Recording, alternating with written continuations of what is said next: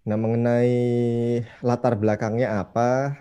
Sebetulnya latar belakangnya kalau kalian bongkar-bongkar di blognya ini tuh sudah tertera semua, atau kalian bisa ngambil inspirasi itu dari TA sebelumnya, itu juga latar belakangnya tidak akan jauh berbeda.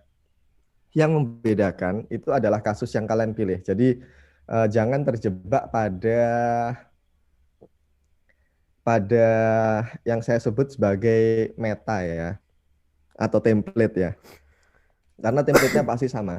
Desain pattern itu apa namanya memudahkan orang untuk mendesain dengan menggunakan pattern-pattern yang sudah ditemukan orang lain, bla bla bla, itu nggak perlu terlalu panjang kalian tuliskan ya, karena itu sudah kalian dapatkan apa namanya sebelumnya, sehingga proposal itu sifatnya tidak boleh plagiat. Jadi hati-hati supaya kalian tidak terjebak pada plagiarisme dengan bentuk-bentuk yang sama, maka fokuskan ke kasus kalian masing-masing. Jangan terlalu panjang menjelaskan konsep-konsep yang itu bisa digunakan bersama.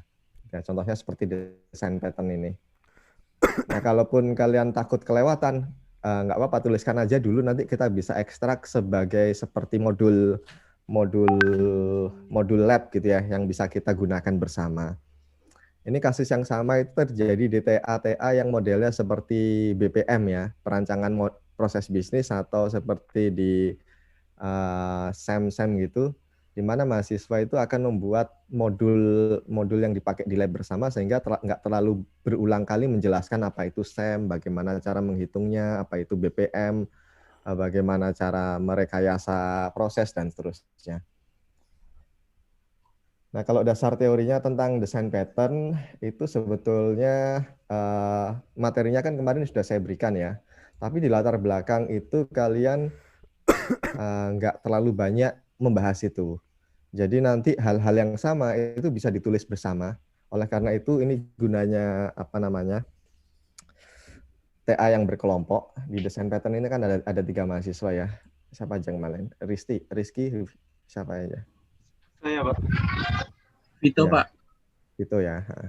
Nah, eh, untuk tugas akhir yang berkelompok dengan apalagi dengan topik yang sama, itu materi-materi yang mirip itu kita akan ekstrak menjadi modul lab. Jadi tentang modul lab misalkan pola desain antar muka pengguna gitu ya. Nah, sehingga kalian bisa fokus ke latar belakangnya adalah kenapa kalian pilih kasus itu. Nah, mungkin agak susah ya karena kan kasus itu saya yang menentukan gitu ya.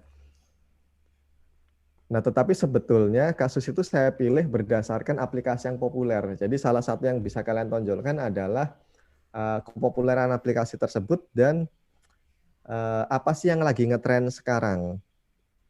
Kenapa desain pattern ini harus mencari yang ngetren dan populer? Karena kita berusaha mencari pola-pola desain yang belum ada.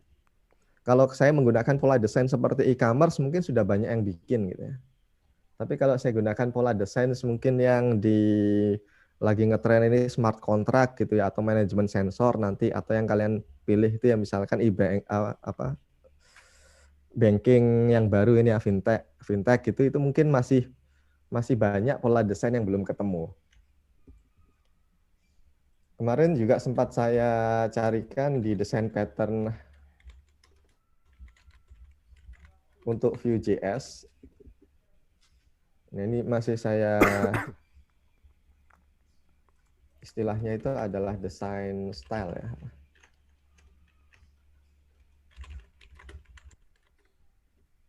Ya, style guide ya namanya.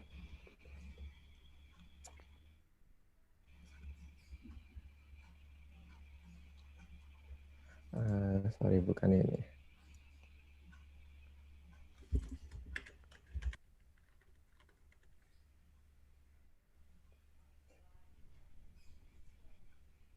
Pattern.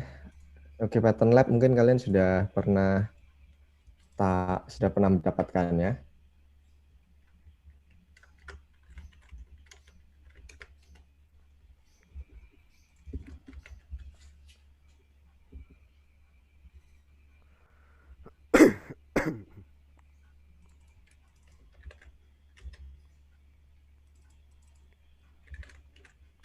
Ya, artinya tujuannya adalah kita membuat katalog yang sifatnya digital ya, langsung bisa dipakai.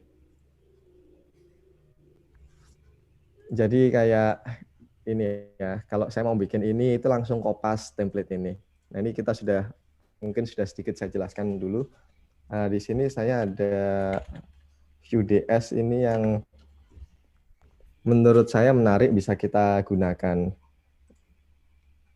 Jadi desain pattern ini sifatnya adalah living document, dokumen yang terus dikelola, dan dokumen yang sifatnya itu adalah memandu orang. Ini prinsip dalam software development yang modern ya. Jadi living document, kalau dulu itu kita membuat dokumen itu dalam bentuk buku gitu kan. Kemudian bukunya juga belum tentu dipakai. Nah sekarang dokumen itu bentuknya adalah online gini, dan secara langsung itu membantu kita dalam membuat aplikasi. Nah, misalkan di sini ternyata desain token kita itu menggunakan pola warna ini, ukuran font seperti ini, jarak dan seterusnya, ada token-token desain yang lainnya. Kemudian elemennya itu ada elemen tombol kayak gini. Nah, kalau dulu di dokumentasi yang manual kan ini nggak bisa dipakai ya. Artinya kita baca buku itu hanya untuk menambah pengetahuan aja. Tapi kalau di sini ini kita bisa copy paste langsung gunakan gitu ya. Nah, keunggulan ini masih saya pelajari. Keunggulannya adalah kalau kita bisa kombinasikan dengan Tailwind, maka copy paste ini bisa akan berlaku di mana saja. Tapi kalau kita tetap gunakan CSS, nah pada saat di copy paste nanti bisa jadi bentrok. Nah, mungkin kalau di UI design pattern itu nggak terlalu ribet. Jadi rumusan masalahnya itu biasanya latar belakangnya itu adalah pertama kalian cari informasi data kenapa kalian memilih aplikasi tersebut. Oke, kemudian biasanya akan ditanya penelitian terkait sebelumnya apa saja. Nah ini yang agak agak susah mencarinya. Kalian bisa cari di Science Direct, dan sebetulnya menurut saya sih ini nggak terlalu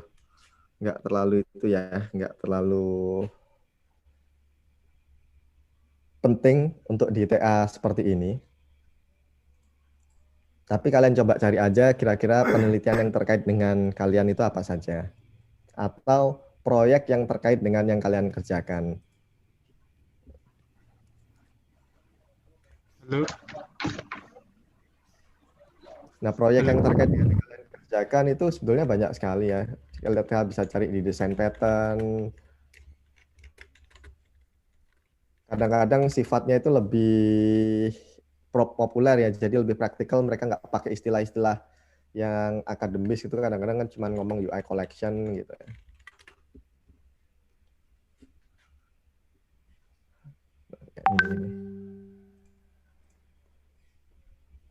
Nah, ini kalian bisa analisis untuk melakukan competitive analysis ya. Di sini kelebihannya apa, kekurangannya apa, dan seterusnya. Termasuk seperti view design system ya. Ada istilahnya itu adalah design systems.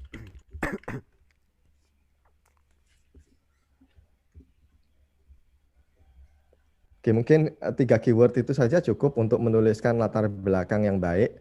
Kemudian masuk ke rumusan masalah. Rumusan masalah itu meskipun namanya ada masalahnya, tetapi kita juga bisa menyajikannya dalam bentuk opportunity atau peluang. Opportunity itu misalkan kayak gini, kita di masa pandemi tidak bisa bertatap muka, kemudian tetapi masing-masing mahasiswa itu sudah punya laptop dan berlangganan internet di rumahnya, sehingga ada peluang untuk melakukan kolaborasi atau melakukan bimbingan secara online. Nah, nggak ada masalah kan? Jadi kita mengeksploitasi dari peluang-peluang yang mungkin bisa kita lakukan. Nah, kita harus buktikan bahwa peluang itu make sense. Nah, misalnya kita bisa lihat dari beberapa studi kasus seperti di software development, di mana ada beberapa perusahaan yang sukses tetapi pegawainya itu pegawainya tidak pernah ngantor, seperti Slack.com gitu. Nah, kita merumuskan masalah dengan menceritakan peluang. Kemudian biasanya kita ceritakan dampaknya apa. bla bla bla.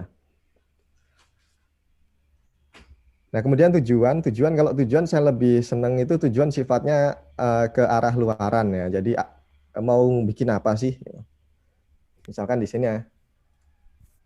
Nah, tujuan yang pertama itu adalah mengekstrak gitu ya komponen-komponen ini ke dalam bentuk-bentuk yang lebih general sehingga bisa dan nyusun pengetahuan sehingga bisa digunakan bersama. Nah, tetapi kalau pada akhirnya kalau kita ngomong tujuan akhir kalian itu adalah membuat desain sistem yang isinya adalah pola-pola desain dari kasus-kasus masing-masing gitu aja. Jadi kalau tujuan itu biasanya membuat melakukan simulasi gitu ya, atau menguji apakah skenario ini mungkin untuk dilakukan berdasarkan model simulasi yang dibangun pada kasus bla bla bla gitu ya. Atau tujuannya adalah membuat model setelah diturunkan.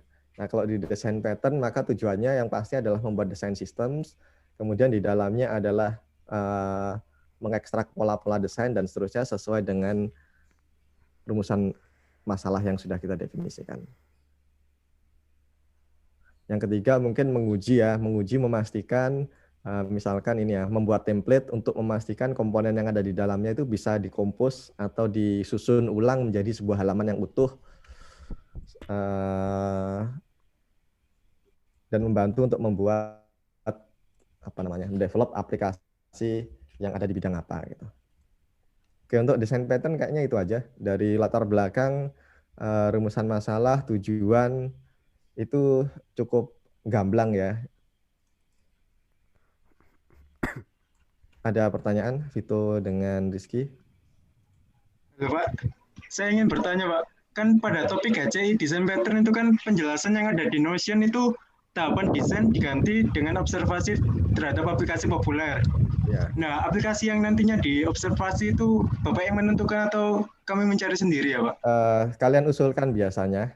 Biasanya kalian usulkan, gampang caranya dari cari di Play Store gini ya, di Google Store atau di Apple Store gitu ya.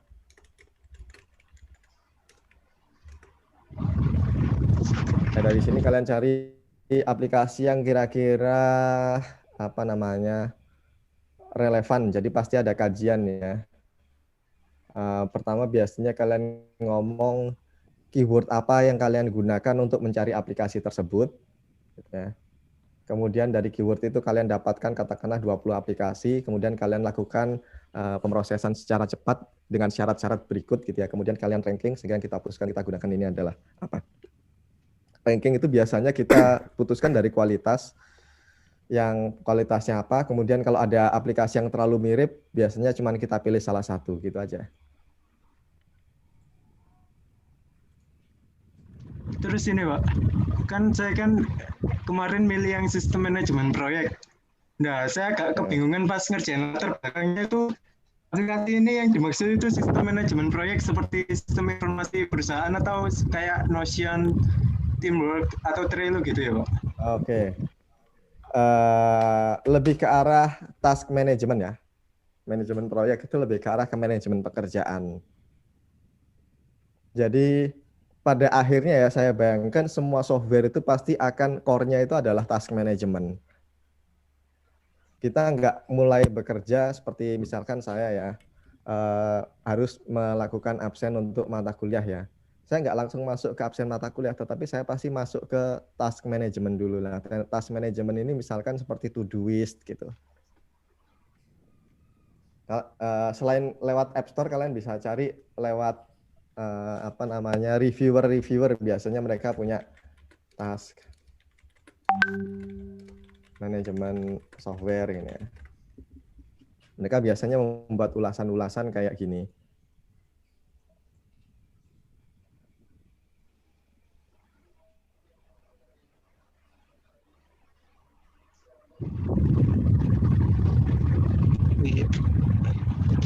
Jadi kalau di antara tadi Trello atau satunya lagi adalah Teamwork sama Notion, Mbak.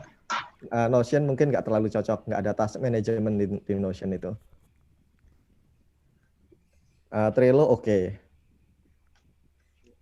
Jadi, nah ini kan ada ini ya, free project management tools. Nah ini kalian bisa usulkan, nanti Rizky cari aja, coba cari 20 atau 30 gitu ya, judul-judulnya Iya, dulu, Pak. nanti saya coba bantu mana yang cocok gitu.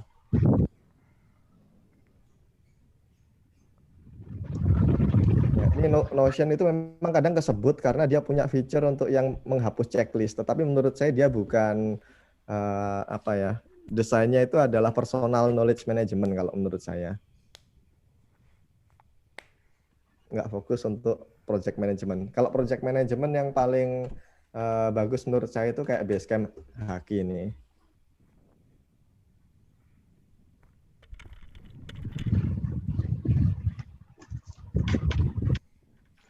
Nah, terutama task management yang kalau mungkin kamu masukkan ke latar belakang, kenapa kita butuh task management itu biasanya fokusnya adalah untuk ini ya, COVID gitu ya. Jadi agak menarik untuk diceritakan sebagai latar belakang.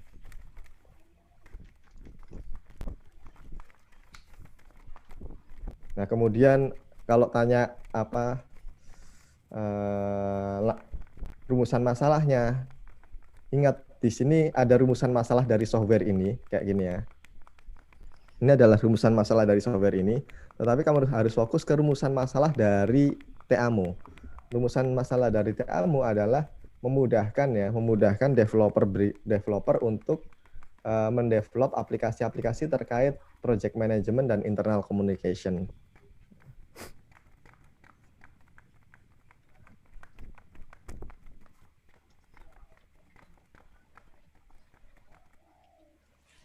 Sama ini Pak, lagi Pak. Ini kan khusus untuk yang nggak desain PLE.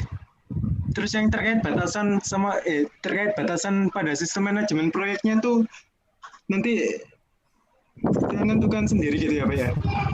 Misal Iya, sampai bagian apa gitu.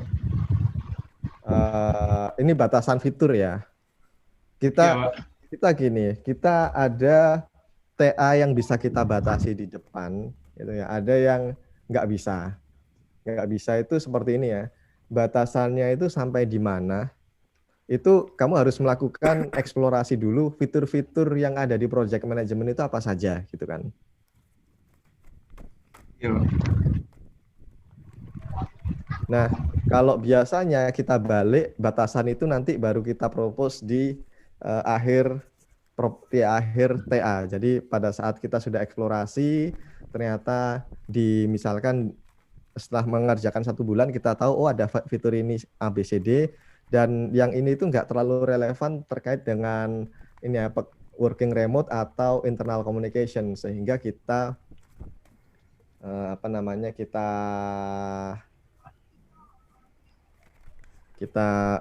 keluarkan dari scope. Nah, nanti pada saat di laporan akhir kita masukkan ke batasan. Ya Pak, terima kasih penjelasannya Pak. Ya. Nah, desain-desain pattern itu kalau terkait dengan internal communication itu kadang juga ada aspek sosialnya kayak ini ya, menampilkan foto-foto orang gitu. Ini tadi yang saya maksud dengan UI pattern-nya. UI pattern untuk message boards, untuk to-do, dan lain sebagainya. Nah, ini kita coba ekstrak dulu, setelah diekstrak, jangan langsung dikerjakan. Jadi, cara mengerjakannya itu top down ya untuk desain pattern ini. Jangan ketemu satu dikerjakan. Nanti problemnya adalah menulis laporannya susah, terus membuat lingkupnya juga susah. Lebih baik dieksplorasi dulu, diamati dulu, oh ternyata ada bikin klasifikasi dulu. Jadi klasifikasi pertama tentang message boards, ada beberapa variasi tampilan. Kayak kalian ini ya, misalkan apa namanya, ada kalian datang ke sebuah tempat, kemudian ke ini aja lah, kalian datang ke pantai, kemudian di pantai itu ada beraneka ragam kerang atau objek-objek yang ada di pantai, kalian kumpulkan dulu, kemudian diamati yang mirip apa saja, kemudian itu diekstrak sebagai kelas gitu kan. Ya mungkin di manajemen proyek itu ada yang sifatnya adalah membagi tugas gitu ya. Ada yang sifatnya adalah komunikasi, ada yang sifatnya adalah apa bla bla bla lah. Itu kita buatkan dulu kelas-kelasnya. Setelah itu kita bisa scope nanti mana dulu yang didahulukan.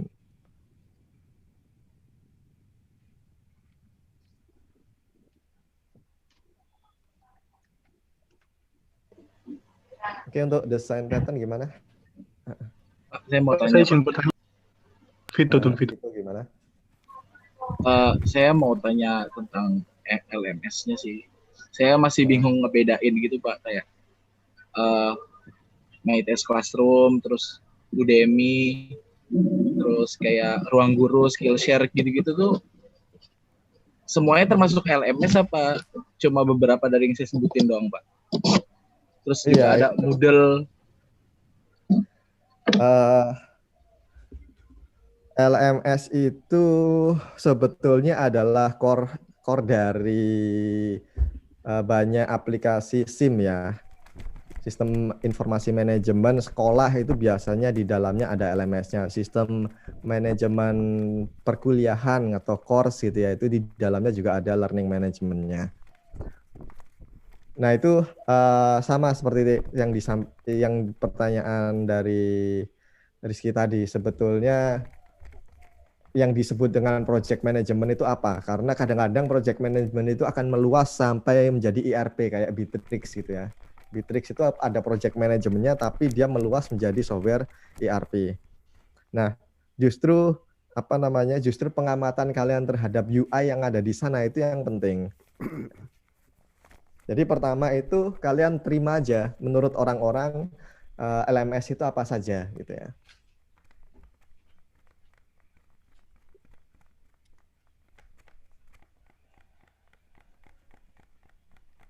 Oke. Jadi kalian cari dengan cara yang sama ya, LMS software gitu ya. Tentunya yang disebutkan Vito tadi sudah benar, itu banyak sekali. Kalau Moodle saya rasa di skip aja karena dia nggak pernah dibangun berdasarkan user experience yang baik gitu. Iya Pak. Sedangkan yang komersil. Saya izin bertanya Pak. Gimana Vito? Oh enggak, lanjutkan dulu ya Pak. Yang Vito. Enggak apa. Langsung aja. Oh, kalau saya kan judulnya pada aplikasi perbankan Pak. Nah itu aplikasi yang dimaksud itu mobile banking atau e-wallet Pak? Atau bisa dua-duanya? Bisa dua-duanya. Saya nggak terlalu menyalankan mobile banking karena mereka paling kuno ya. Mungkin yang agak termodern sekarang sudah agak mengejar itu seperti seperti Okto Mobile ya, punyanya si AMB, atau DBS yang branchless banking itu mulai bagus. Tapi kalau rujukannya itu adalah kayak BCA itu masih yang klasik. Jadi kalau mau cari yang terkini itu carilah yang di fintech gitu ya, e-wallet gitu. Itu yang bagus. Untuk aplikasi e-wallet kan kayaknya yang terkenal nggak begitu banyak Pak. Kira-kira lu ambil kayak 20 sampel gitu nggak Pak? Atau lebih baik ini aja, lebih baik itu pertama variasi kayak tadi ya. Jadi kayak project management ini divariasi, ada yang to-do list, kemudian ada yang murni project management, ada yang task management dan seterusnya. Jadi jangan fokus di satu aplikasi kayak misalkan to-do list saja. Nanti variasi yang kalian dapatkan nggak terlalu banyak dan scope-nya menjadi terlalu sempit untuk TA gitu. Jadi lebih baik karena ini sifatnya TA itu lebih baik kalian ngomong klaim aja yang agak luas dulu. Nah, yang saya maksud agak luas itu misalkan e-wallet gitu ya. E-wallet itu pasti nanti tampilannya mirip-mirip gitu kan. Nah, setelah itu bisa cari yang mobile banking. Kemudian cari lagi mungkin yang dua kategori itu aja sih kayaknya. Saya yang kepikiran. Sedangkan kalau e-wallet itu sudah banyak sih, kayak OVO itu kan sangat populer. Di luar negeri itu juga banyak sih. Nah, terutama kalau bisa kalian compare dengan yang ada di luar negeri itu pasti akan lebih menarik. Jadi kalau di Indonesia menurut yang saya pakai sendiri ya, e-wallet yang menurut saya menarik itu adalah OVO dan Doku gitu ya. Kalau mobile banking yang menarik itu adalah Genius itu sama apa namanya? DBS kalau nggak salah. Okto Mobile itu juga menarik. Baik, Pak. Di luar negeri itu juga banyak yang mobile banking. Jadi kalian daftar itu daftar tabungan itu langsung dapat debit card, tapi nggak dapat buku tabungan. Di apa ya di Inggris itu sudah jalan kalau nggak salah.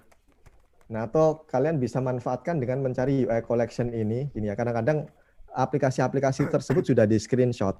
Nah, itu sangat memudahkan pekerjaan kalian.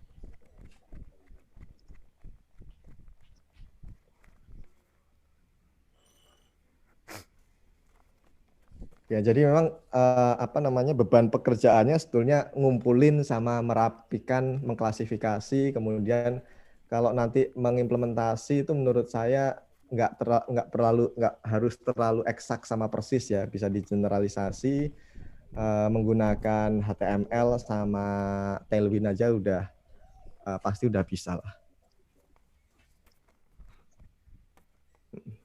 Oke, mungkin untuk desain pattern sudah bisa dicukupkan untuk proposal ini. Ya, Pak, menurut saya. Oke. Berikutnya ini waktunya ini masih ada 6 menit. Jadi saya beri intro dulu ya. Progres dari penelitian saya dengan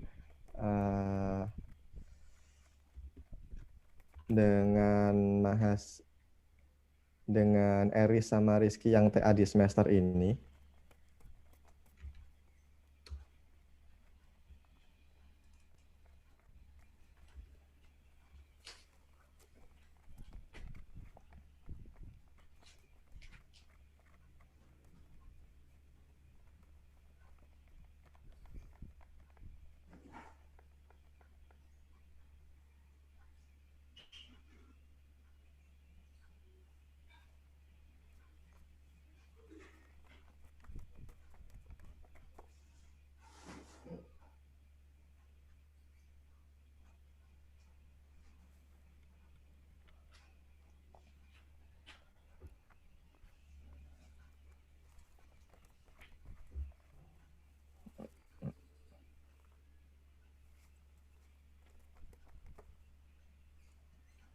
Kemarin.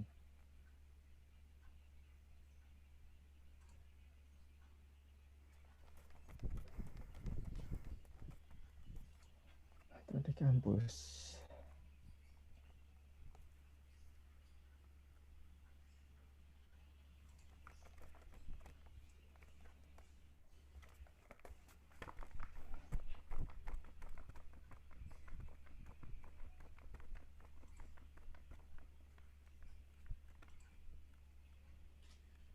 Sebentar, saya cek dulu di mana ya letaknya.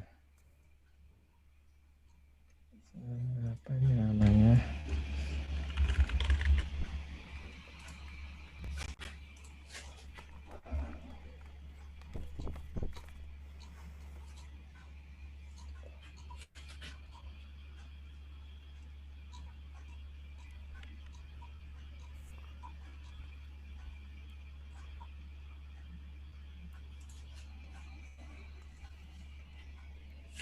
Ini saya taruh di mana ini?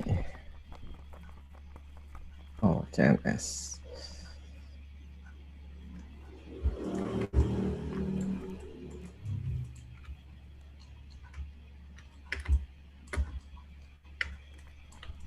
Yang dilakukan oleh Eris di semester ini, nanti kita juga belum tahu ya sejauh mana Eris bisa mengimplementasikan, tetapi pada awalnya skopnya itu sebagai berikut. Jadi di mana kita ingin membuat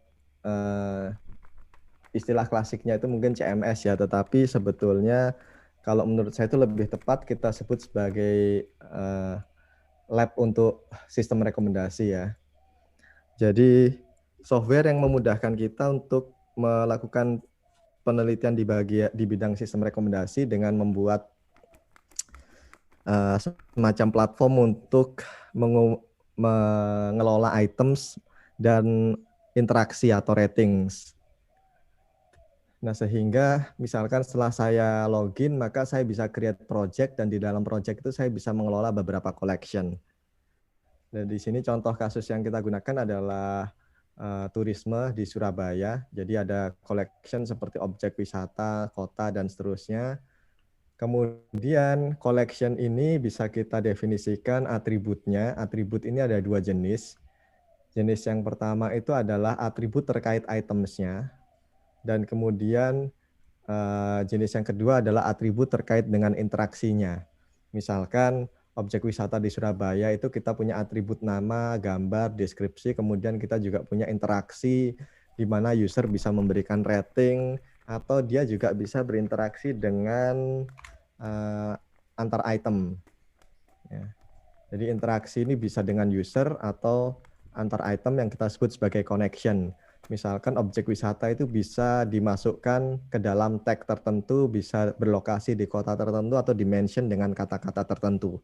Misalkan Taman Bungkul itu pernah dimention dengan kata-kata teduh gitu ya, atau sejuk gitu ya. Maka nanti di back end bisa kita buatkan script untuk melakukan koneksi itu. Nah, setelah kita definisikan, maka ini bagian berat berikutnya adalah bisa mengenerate form ini secara otomatis untuk menambahkan, menghapus, atau mengedit data-data yang ada di sini. Jadi kita bisa tambahkan namanya, gambarnya, deskripsinya, kemudian tadi ratingnya gitu ya. Kita bisa menyusun form ini secara otomatis. Nah, sehingga ini kita bayangkan mungkin fungsi dasarnya itu seperti yang ada di Google Form. Ada tambahannya di mana kalau di Google Form itu kita nggak bisa membuat koneksi atau membuat rating gitu ya. Kalau rating mungkin bisa kita akali dengan skala atau dengan multiple choice, sehingga kalian bisa mengumpulkan data rating itu pakai Google Form. Tetapi untuk interaksi antar item itu tidak bisa kita definisikan. Nah, kemudian di sini nanti kita bisa mendesain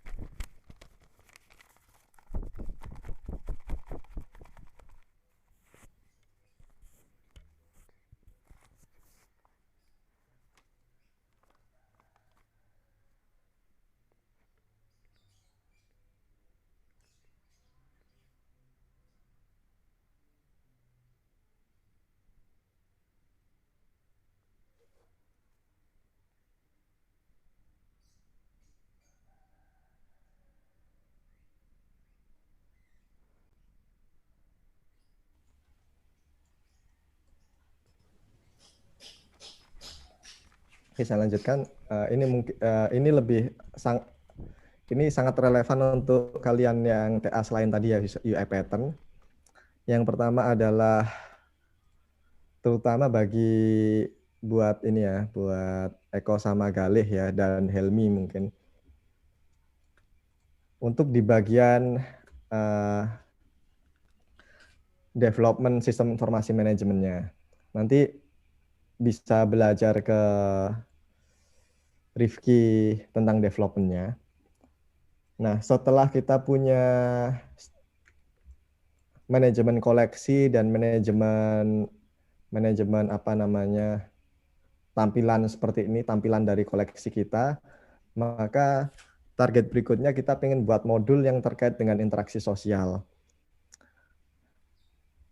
Terkait dengan interaksi sosial, misalkan di sini kan sudah dicontohkan ada rating dan ada wishlist ya. Interaksi sosial yang pertama itu mungkin bisa melihat apa namanya siapa saja yang sudah memberikan rating, kemudian kita bisa memfollow mereka atau kita bisa menambahkan tag ya.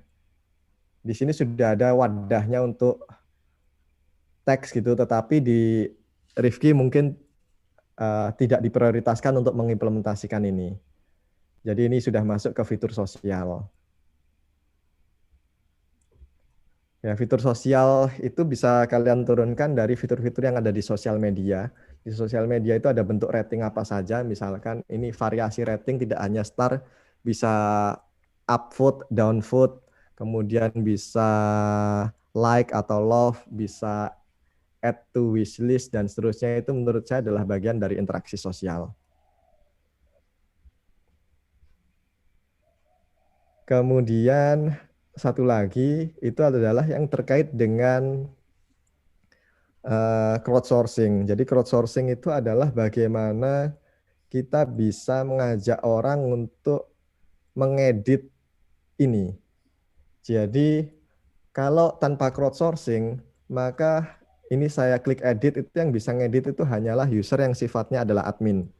Tetapi dengan adanya crowdsourcing, maka pertama fitur yang utama itu adalah ini bisa multiple version. Jadi bisa disimpan dalam berbagai versi, terutama versi-versi kontribusi dari user yang umum ya.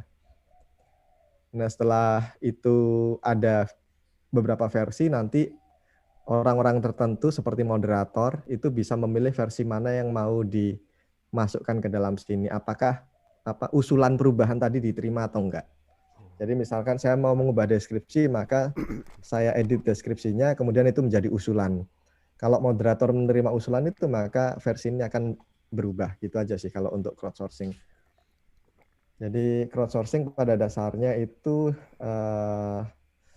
kita gunakan untuk secara kolektif mengupdate data ini. Jadi ide dasarnya itu nanti kembangannya pasti akan kita temui pada saat kalian mempelajari fitur-fitur apa saja sih yang ada di crowdsourcing. Nah, sebetulnya mempelajari fitur apa saja yang ada di sosial media atau di crowdsourcing itu adalah pekerjaan berat dari user studies, dari tim user studies ya. Sedangkan harapan saya nanti Eko dan Galih itu lebih ke arah implementasinya. Nah, tapi karena ini berjalan paralel, maka apa namanya, Eko sama Galih bisa baca buku di implementasi sosial computing atau di kalau nggak salah bukunya sudah ada yang saya berikan untuk mencari fitur-fiturnya itu apa saja. Ini ada bukunya kalau nggak salah. Mana ya?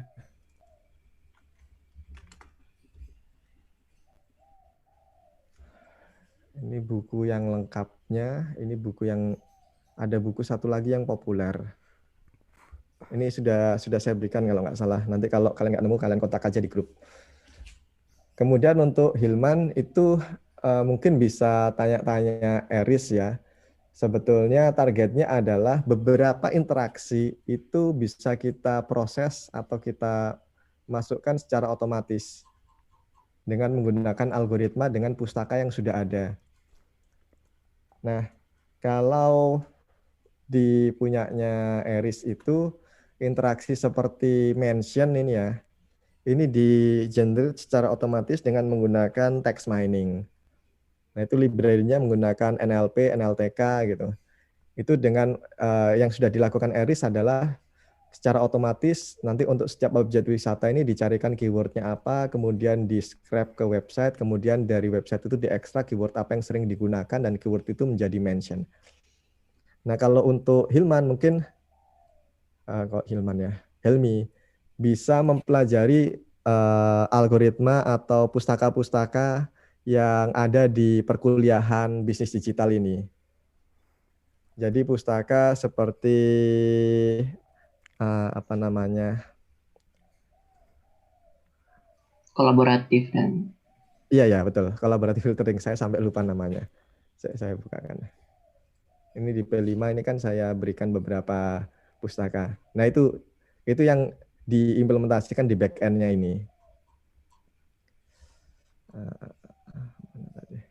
Landscape ya, Landscape atau surprise lib ini. Jadi targetnya mengimplementasikan ini terhadap data-data yang ada di kita, gitu aja. Nah, nanti kalaupun terlalu banyak, ya Elmi bisa fokus dulu di collaborative filteringnya. Gitu.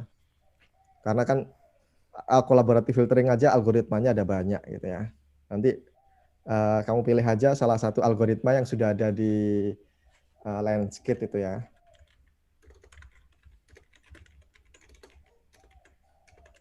Kemudian mana yang bisa diimplementasikan di sini. Itu aja sih. Kalau kita ngomong latar belakangnya apa? Karena ini meta ya, sifatnya meta itu adalah aplikasinya itu membantu pihak-pihak yang ingin menyelesaikan masalah yang sesungguhnya. Jadi bukan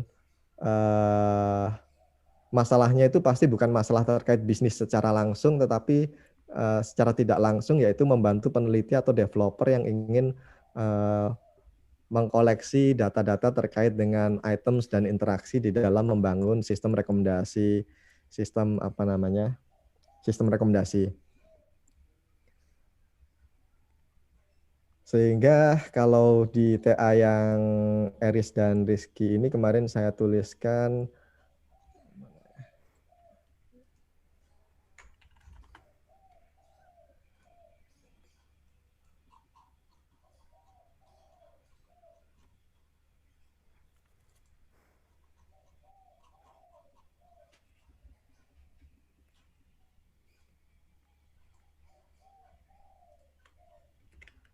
ya, saya cantumkan latar belakang yang saya tuliskan untuk mereka. Nah, misalkan untuk Eris itu saya tuliskan kayak gini, data objek wisata tersaji dalam bentuk tidak struktur gitu ya. Hubungan implisit dapat ditampilkan dengan co-occurrence, ini opportunity-nya, kemudian tujuannya apa. Kita ingin membentuk database gini ya, database berisikan struktur konsep dengan hubungan implisit antar objek wisata. Nah, kalau untuk ini mungkin lebih mirip yang Helmi ya. Jadi opportunity-nya apa? Kita punya data-data terkait terkait dengan ini, dan kita juga punya pustaka itu. Nah, tujuannya adalah membuat semacam modul yang bisa kalau dibilang modul itu bagian dari sistem ya. Sebetulnya semacam kayak plugin gitu ya. Sebuah plugin ya. Kita ingin membangun plugin kayak plugin kalau di WordPress gitu kan. Ini plugin di dalam sistem tadi, di dalam CMS ini yang membantu untuk memproses data yang ada.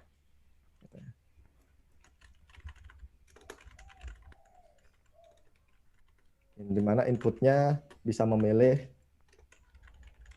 data, items, dan interaksinya, kemudian pilih algoritmanya, kemudian nanti ditentukan outputnya apa. Ya semacam plugin lah. Mungkin malah belum jadi pluginnya karena nggak ada antarmukanya ya. Jadi mungkin settingannya itu masih di hardcode atau mungkin malah settingannya itu kalau bisa di dalam bentuk file konfigurasi gitu ya, atau di dalam bentuk di tabel konfigurasi. Tapi intinya membangun plugin lah.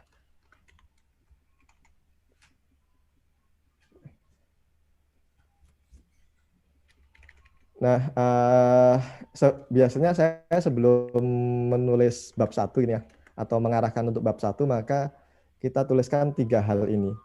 Latar belakangnya apa, kemudian ada opportunity, ada problem apa. Rata-rata kayaknya TA kita yang sekarang ini opportunity based, bukan problem based ya, bukan pain points.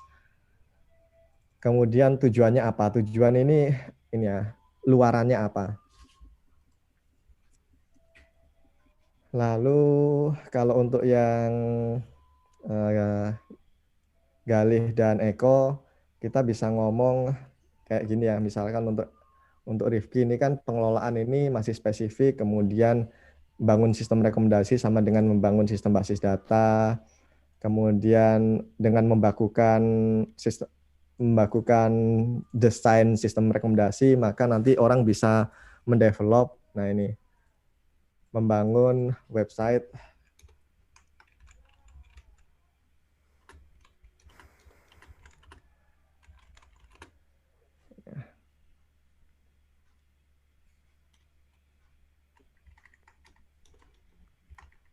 untuk low-code development tools. Kalau sekarang kalian ikut TA di bisnis digital, mungkin saat ini masih memanfaatkan, bisa pakai Google Form, atau kalian kalau jago ngoding ya bisa develop aplikasi sederhana yang menunjukkan items dan mengambil ratings, mungkin 1 halaman atau 2 halaman itu cukup. Yang penting prototype itu bisa membantu user dalam memilih, dalam berinteraksi untuk mendapatkan implicit rating, atau berinteraksi misalkan like atau memberikan rating 1-5 atau 1-10 gitu ya, untuk mendapatkan untuk membangun user rating matrix tadi.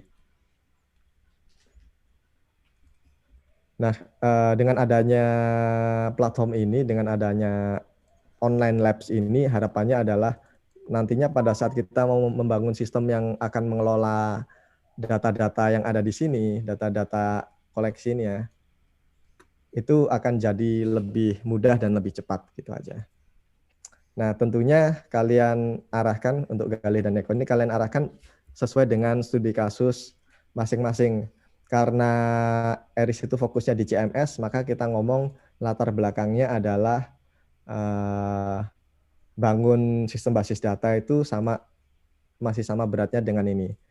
Dan kalau nggak salah ini juga nggak 100% digunakan oleh Rifki, karena Rifki juga sudah nulis latar belakang dalam versinya. Tetapi kurang lebih sih seperti ini. Jadi kalau di social computing mungkin kalian bisa cerita bahwa sekarang ini social computing fungsinya itu masih fungsinya fokus di sosial media ya, padahal itu bisa diterapkan di berbagai aplikasi, baik aplikasi perbankan, aplikasi project management dan seterusnya. Beberapa aplikasi project management sudah sudah menerapkan social computing gitu atau crowdsourcing di dalamnya. Nah, peluangnya adalah kalau kita membakukan, mungkin mirip ya, kalau kita membuatkan modul atau membuatkan library atau membuatkan plugins, itu akan memudahkan orang dalam mengimplementasikan fungsi-fungsi sosial atau fungsi-fungsi crowdsourcing yang ada di dalam ini. Nah, kalian bisa jelaskan fungsi sosial itu apa saja, fungsi crowdsourcing itu apa saja, itu dari buku yang sudah saya berikan. Kemudian terakhir tujuan kita adalah membangun mungkin modul dari web apps ini ya, atau membangun plugins juga bisa ngomong itu, supaya bisa dimanfaatkan dalam sistem informasi manajemen berbasis web. Gitu. Jadi bayangkan kalau kita punya aplikasi Laravel dengan pakai plugin kalian, maka kita bisa dengan cepat menambahkan menambahkan fungsi sosial atau fungsi ini nggak saya record ya, saya lupa tadi. Oke, bisa kita tambahkan fungsi-fungsi di sini ya, misalkan objek wisata ini kan ada item attributes connection ya, misalkan nanti saya tambahkan di sini sosial gitu ya, atau saya tambahkan di sini crowdsourcing. Settingan crowdsourcingnya apa? Misalkan settingan crowdsourcingnya adalah semua orang bisa mengedit, kemudian yang hanya bisa mengedit, yang bisa memutuskan versi akhir hanyalah editor atau moderator. Atau yang bisa mengedit yang bisa berkontribusi hanya orang yang sudah login. Nah, di sini ada setting-setting terkait sosial dan terkait dengan crowdsourcing-nya.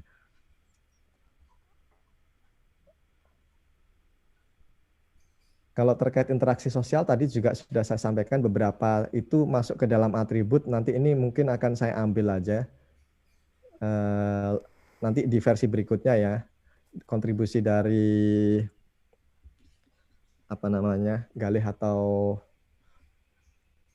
Eko di sini kayak interaksi sosial yang misalkan user boleh memfollow user lain.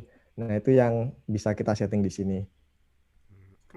Nah, tentunya nanti ini akan berdampak banyak ke belakang dan harus didesain antarmukanya dulu secara rapi sehingga kalian mengimplementasikannya juga bisa lebih mudah. Nah, di sini saya di semester lalu kita membagi project itu secara vertikal.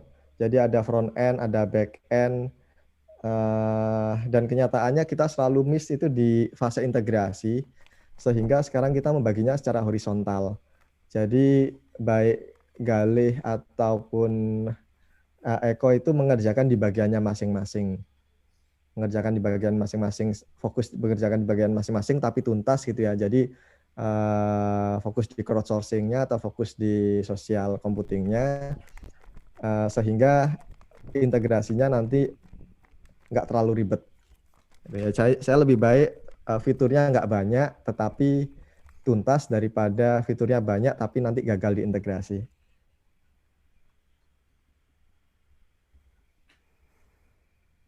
Nah, untuk Galih, Eko sama Hilman gimana? Ada pertanyaan sampai di sini? Mungkin saya Pak mau tanya Pak. Mungkin lebih tepatnya itu memperjelas sih Pak. Jadi crowdsourcing itu kayak konsepnya itu sama halnya kayak GitHub gitu Pak? Atau kayak gimana? GitHub itu masih terlalu, ya GitHub itu bisa, cuman lebih enak itu mungkin yang Google Maps lah, ini lebih mirip ya. Kalau GitHub itu kan datanya data tidak terstruktur ya.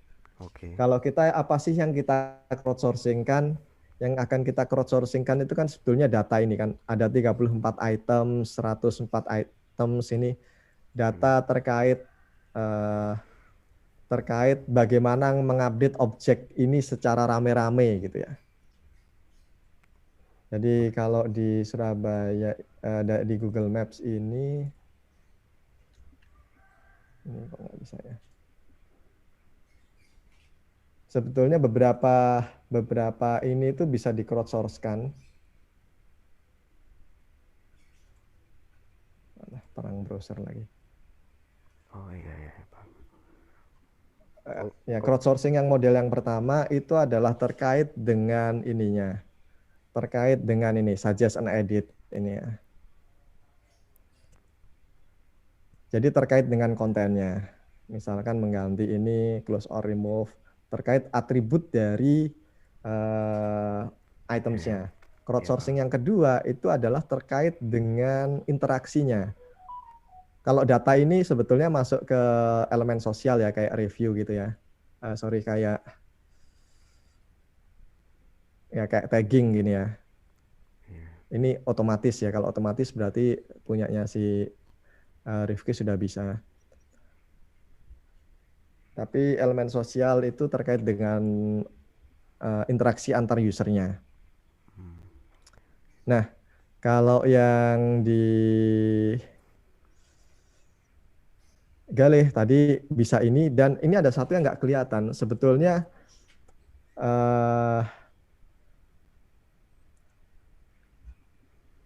sistem itu bisa secara proaktif menanyakan atau meminta melakukan crowdsourcing. Jadi ketika ada data yang miss gitu ya, terus saya pernah berkunjung di sini, saya ditanyai, data ini ada yang nggak akurat, apakah data ini ada yang tidak akurat, ataukah saya ditanyai kadang-kadang ratingnya.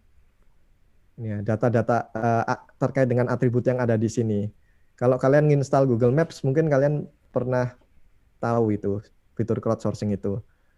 Jadi saya ditanyakan, di apartemen EduCity ini support untuk kursi roda nggak? Kemudian bisa untuk keluarga nggak? Gitu ya. Atau kadang-kadang dia tanya, misalkan nggak yakin ya ini ada holiday apartemen atau bukan, itu dia akan tanya. Nah, jadi terkait dengan atribut itu mungkin yang agak susah, mungkin dipelajari dulu, kemudian nanti kita diskusikan. Kalau yang relatif obvious ya, relatif jelas fiturnya adalah fitur yang terkait suggest and edit ini. Oke.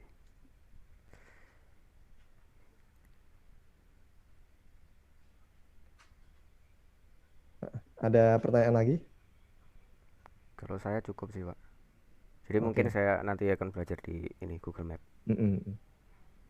Jadi kalau tadi ya crowdsourcing tadi pada dasarnya gimana? Ada fitur di dalam sistem ini yang mendorong orang lain untuk memperkaya data ini. Pada dasarnya sih gitu. Kalau social computing itu adalah apa sih perilaku dari orang? Misalkan perilaku cangkruan gitu ya. Mungkin kita bisa nanti di suatu saat bikin kayak gini ya, location based gitu ya, cangkruan di sini gitu. Di mana data-data yang itu akan memperkaya data tentang items ini. Nah, sebetulnya fitur cangkruan itu kalau di bahasa Inggris kan adalah review and discussion gitu ya. Di sini nggak ada diskusi. Ya, mungkin diskusi itu cukup berat ya, sehingga mungkin kita bisa awali dari review dulu.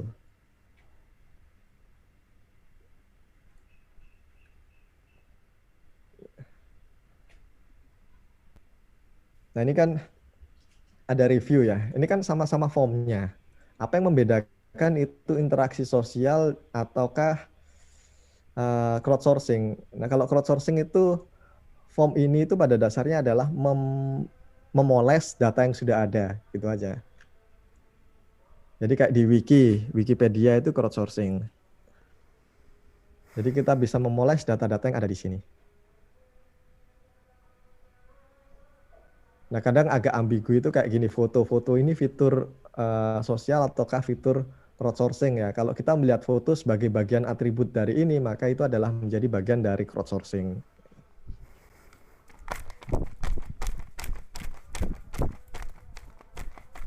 Ya, tapi kalau kita melihat foto sebagai bagian dari interaksi sosial, misalkan kayak kita di Instagram itu, maka itu juga bisa menjadi bagian dari interaksi sosial.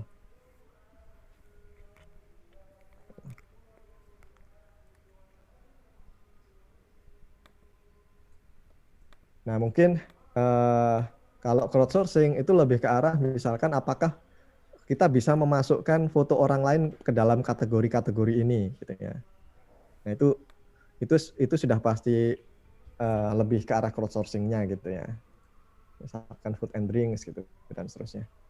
Tapi jangan bingung dengan scope itu. Di awal nanti kan kita akan menentukan scope-nya apa gitu ya, sehingga lebih baik kalian apa namanya, buat yang generik dulu, kemudian setelah kita paham, kita bisa batasi. Ya, kalau saya lebih prefer itu TA yang modelnya adalah kita generate masalah sebanyak-banyaknya, kemudian nanti kita sarankan mahasiswa berikutnya mengerjakan kelanjutannya yaitu ini. Gitu. Daripada kita cuma fokus ke satu poin aja, kemudian nanti kita nggak tahu lanjutnya harus ngapain. Jadi untuk Galih bisa ngecek di crowdsourcing itu ada ide apa saja, kemudian dari ide itu kita generate apa namanya, harus ada fitur apa saja, kemudian dari fitur itu baru bisa kita putuskan ya nanti, sama seperti tadi pertanyaan Rizky, kita putuskan skopnya akan di mana. Jadi penentuan skop itu menurut saya tidak harus di proposal sih.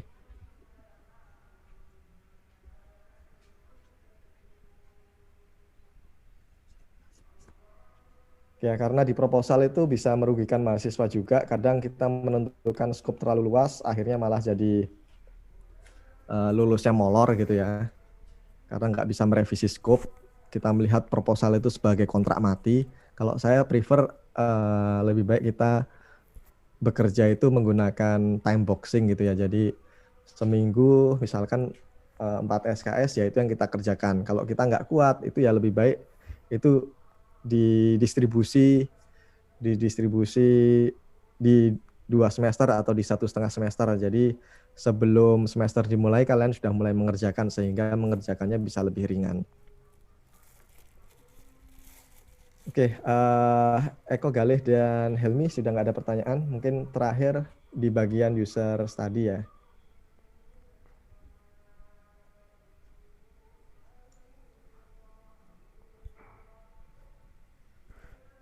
Maaf Pak Ruli, mau tanya lagi boleh Pak? Monggo, gimana? Gini Pak, kalau di spreadsheet itu kalau nggak salah saya itu kebagian fitur rencana perjalanan. Nah itu nanti tetap itu atau saya bisa cari fitur lain Fitur apa? yang terkait crowdsourcing gitu Pak? Fitur apa tadi? Sorry. Rencana perjalanan atau itinerary kalau bahasa Inggrisnya. Oh ya. Kalau nggak salah itu yang ditulis. Jadi saya agak bingung ketika Pak Ruli tadi. Waktu itu saya yang kepikiran itu sih. Kepikiran itu artinya kalau di sini kan adalah sebuah objek ya. Jadi lebih baik fokusnya itu adalah di fitur crowdsourcing yang bisa di general di beberapa apa namanya kasus ya. Tetapi untuk TAS1 biasanya kita lebih mudah menskopkan itu untuk di salah satu kasus. Jadi kalau di crowdsourcing itu biasanya ya model crowdsourcing itu ada 2. Model yang pertama itu adalah memperkaya sebuah item seperti ini ya. Dan model yang kedua itu adalah melakukan yang kita sebut sebagai social curation. Jadi mengkoleksi secara kolektif ya. Gimana yang mengkoleksi secara kolektif? Jadi bersama-sama mengkoleksi sebuah items gitu ya. Itu juga crowdsourcing.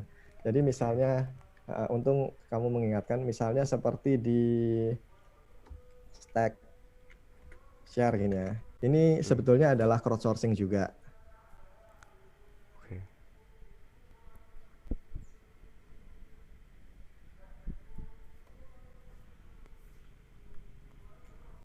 Jadi orang mengumpulkan ini kita ada teknologi-teknologi ini seperti misalkan React ini ya. Ini secara bersama-sama kita buatkan apa namanya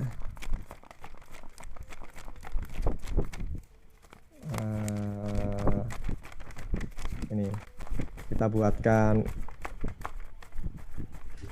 apa namanya, misalkan kayak kemarin ya, pertanyaan seperti kalau saya punya 2 hari di Surabaya dan datangnya siang, maka apa yang harus saya lakukan? Itu bisa di crowdsourcing-kan.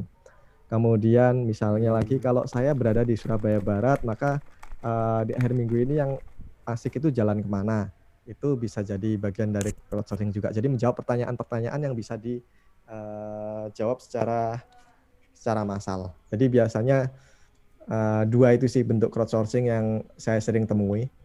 Jadi yang pertama modelnya seperti Wikipedia ini, di mana setiap orang bisa menjadi editornya. Jadi model yang kedua adalah yang ini, di mana setiap orang bisa mengoleksi. Ya tadi kelewatan saya jelaskan, saya cuma jelaskan yang satu bagian toh ya. Jadi bagaimana seseorang bisa memperkaya data-data yang ada di sini. Misalkan Galih lebih sreg ke yang satu model ini pun juga sebetulnya nggak ada masalah, nanti kita bisa lihat itu. Kalau kemarin saya melihat yang ini karena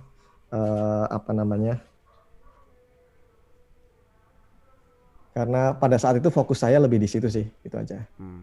Berarti kalau yang ini tuh kayak semacam sistem rekomendasi rencana perjalanan gitu Pak, dari crowdsourcing yang udah kita buat gitu. Iya, jadi kalau kita punya data tentang rencana perjalanan, sebetulnya data hasil crowdsourcing tadi itu kan bisa kita bayangkan seperti musik dengan playlist ya. Oke. Ya, Pak. Nah, itu bisa kita olah dengan algoritma. Nanti mungkin mahasiswa yang model-modelnya kayak Helmi tertarik dengan algoritma bisa menerapkan ini ya, library-library yang ada untuk menampilkan rekomendasi terkait objek-objek tersebut.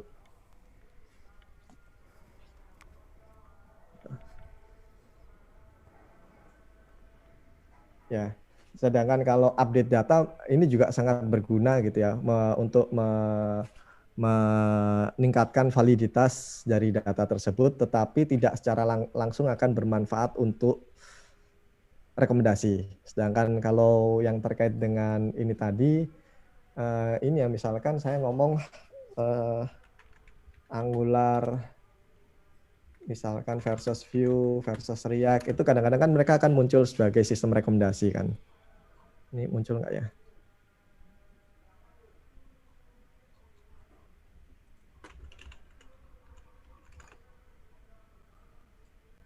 Nah ini kadang-kadang mereka akan memunculkan dalam bentuk komparatif seperti ini.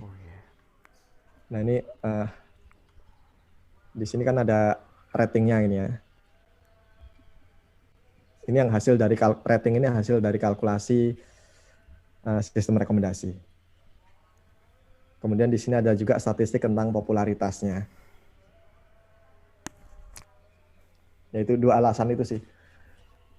Alasan yang pertama adalah karena secara langsung berdampak ke sistem rekomendasi. Alasan yang lainnya adalah tadi aja sebetulnya kalau waktu itu saya kepikirannya itu aja. Halo Pak, saya ingin... Ada pertanyaan lagi? Eko gimana? Saya ingin bertanya Pak.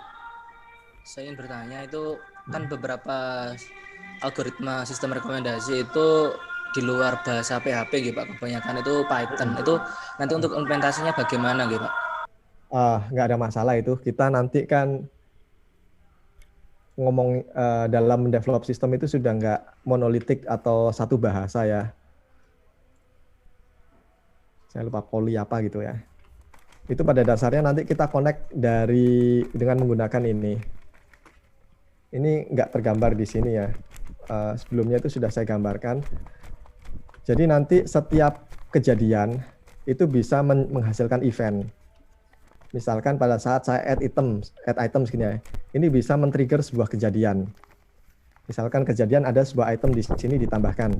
Nah, kejadian itu bisa di-capture menjadi kayak trigger gitu ya. Jadi jika ada item di sini ditambahkan, maka jalankan script ini. Nah, script ini bisa dalam bahasa apapun. Atau tidak menggunakan trigger, tetapi menggunakan cron gitu ya. Jadi menggunakan, ada sebuah algoritma yang akan kita jadwalkan setiap beberapa saat gitu.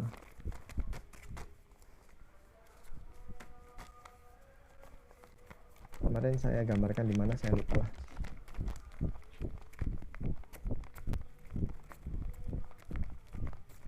Ya, jadi bisa kita jalankan cron. Kalau cron itu kan connect-nya langsung database gitu, atau API nanti kalau di masa mendatang gitu ya. Tapi di scope ini saya rasa nggak perlulah. Misalkan di sini kita tambahkan API di mana nanti API-nya itu akan dibaca oleh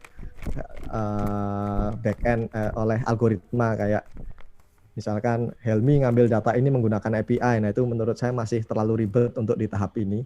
Jadi lebih baik nembak database langsung aja.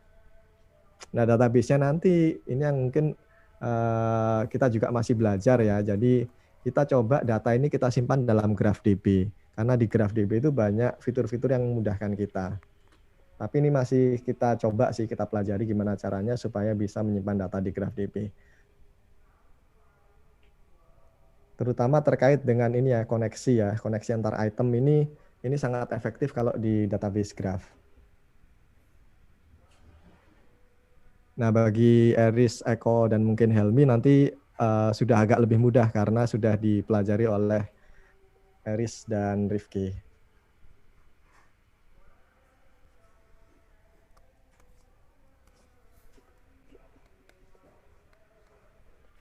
Oke, ada pertanyaan dulu sampai di sini sebelum saya lanjutkan ke user studies. Sepertinya cukup, Pak. Nanti kalau ada pertanyaan mungkin bisa di grup. Karena target kalian bab 1 ya, kalian nggak perlu nunggu bab 1 selesai, kalian bisa share misalkan rencana saya nulis latar belakang kayak tadi ya. Kalian bisa nulis semacam draftnya ini dulu, sehingga pengembangannya dari situ juga lebih enak biasanya daripada nulis langsung banyak halaman gitu ya. Misalkan 5 halaman untuk bab 1, lebih baik tulis dulu aja 5 kalimat gitu. Iya.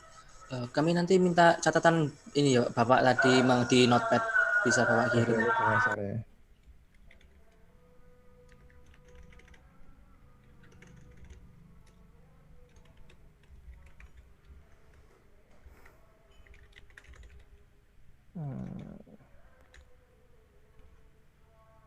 Oh, Rifki. Rifki.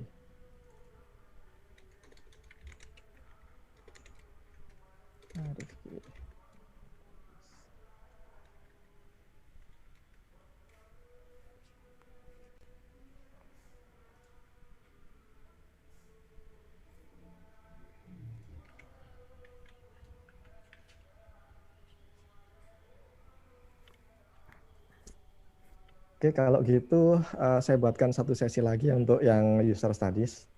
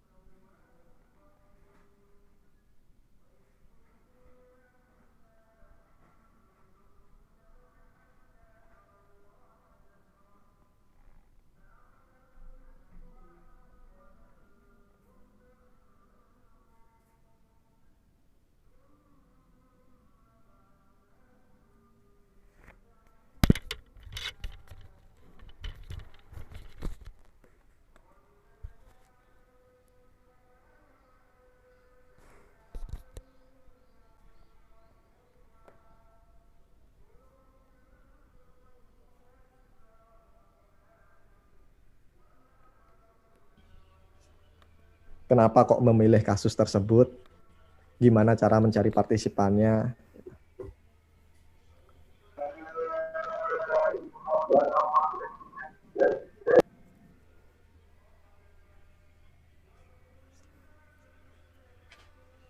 Oke. Di minggu ini juga mungkin pengantar untuk user studies saya berikan. Materinya sedang saya siapkan, mungkin agak sore baru bisa saya share. Jadi evaluation atau evaluasi sistem rekomendasi itu ada 2 bagian sebenarnya. Bagian yang pertama terkait algoritma dan datanya. Bagian yang kedua terkait user interface ke belakangnya. Jadi terkait data, algoritma, dan user interface. Jadi terkait di user studies-nya juga ada. Cuman belum terlalu dalam, mungkin akan lebih dalam setelah UTS ya. Atau kalau kalian sudah sempat belajar waktu kuliah UX kemarin, user studies ya sebetulnya sama aja sih. Nah ada kemarin kan yang menginisiasi bimbingan ini kan juga dari Hilman, mungkin ada yang mau ditanyakan atau yang lainnya mungkin. Pak Ruli, saya ingin bertanya. Gimana? Ya, untuk nanti misalkan kita yang di user study itu membuat UI UX, itu kita tuh sebenarnya membuat dari awal atau kita juga melihat bikinan punyanya Rifki, Pak? Oke, sebetulnya kalian bisa melihat yang ada sekarang itu sebagai inspirasi saja. Tetapi nggak perlu terlalu melihat itu sebagai harus seperti itu ya. Karena kadang-kadang dengan kalian tahu itu malah membuat diri kalian terframe ya harus seperti itu. Jadi lebih baik sih kalau kita ngomong user studies benar-benar dari sisi usernya. Maksud saya sisi user itu gimana? Misalnya kita ngomong rating nih. Nah, pada saat saya membuat model rating, model bagaimana cara mendapatkan rating yang paling bagus gitu ya. Apakah dengan rating itu diklik kemudian muncul kotak dialog ataukah dengan bintang dan seterusnya, itu sebenarnya bisa menjadi sebuah user studies yang sangat mendalam gitu ya. Nah, di situ nanti pada akhirnya saya akan kira-kira menyimpulkan itu gini. Rating yang model gini itu cocoknya untuk kondisi seperti ini dengan user seperti ini gitu ya. Rating yang seperti ini itu cocoknya dengan user seperti ini. Kenapa demikian? Karena data saya menunjukkan bahwa ini lebih efektif, buktinya dari t-test gitu ya, atau buktinya dari t-test itu biasanya kalau kita mengetes independen, kalau kita mau yang integratif kita bisa pakai SEM gitu ya. Cuman mungkin kalau SEM itu lebih baik dengan menduplikasi paper yang sudah ada. Kalau saya sih lebih senang untuk lebih prefer ya kalian mencoba metode-metode yang statistika yang sifatnya itu pair based ya. Jadi setiap variabel independen bisa kalian uji secara mandiri, bisa menggunakan t-test atau paling banter kalau yang dipasangkan itu bisa menggunakan ANOVA gitu. Nah, kalian pasti bertanya variabelnya apa di user studies itu kan banyak, misalkan user completion task, error rate dan seterusnya gitu.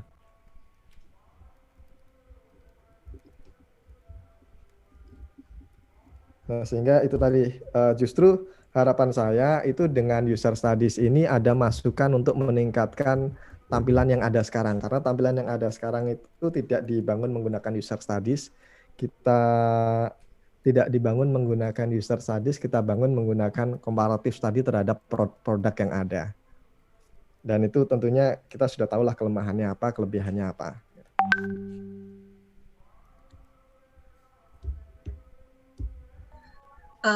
Berarti kalau misalkan saya itu penggunaan fitur tagging, itu berarti saya yang pertama itu membuat website terkait sistem informasi pariwisata dan juga menambahkan user study khusus terkait tagging ya Pak? Sebetulnya ilmu dasarnya itu nanti kamu harusnya belajar tentang taksonomi dan fluxonomi dulu, gitu ya. Jadi kalau mulainya itu dari membuat prototipe, itu menurut saya belum cukup belum apa ya istilahnya itu kita mengasumsikan bahwa solusi yang sekarang itu sudah bagus gitu atau solusi idemu itu sudah bagus. Jadi user studies kan kita tahu kita awali dulu dari apa namanya yang kita sebut sebagai etnografi ya. Bagaimana orang mengumpulkan. Ya, bagaimana orang mengumpulkan atau mengoleksi sesuatu, tagging gitu ya. Bisa menggunakan taksonomi, misalkan, oh itu ada kucing gitu ya. Kucing itu masuk ke felin gitu ya, di taksonomi hewan apa, di spesies atau saya lupa itu ya. Itu. Jadi pahami dulu bagaimana lakukan studi etnografi untuk mengamati bagaimana orang mengoleksi. Setelah itu baru membuat prototipe dan baru memeasure atau menghitung desain mana yang paling efektif untuk kasus yang bagaimana.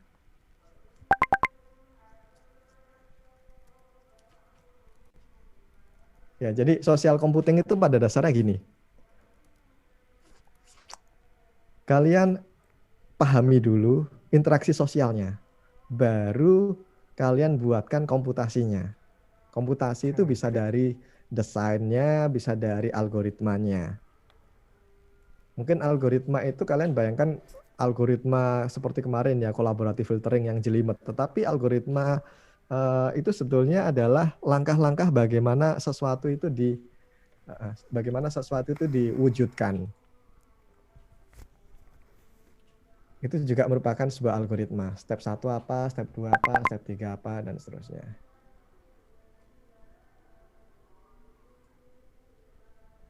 Bagaimana langkah-langkah menyelesaikan masalah, itu juga sebuah algoritma. Sehingga dalam rating kita menjelaskan gimana rating itu ditampilkan dengan menggunakan average, kenapa kok menggunakan average, dan seterusnya. Itu juga merupakan sebuah algoritma juga. Bagian dari bagaimana kita memodelkan preferensi.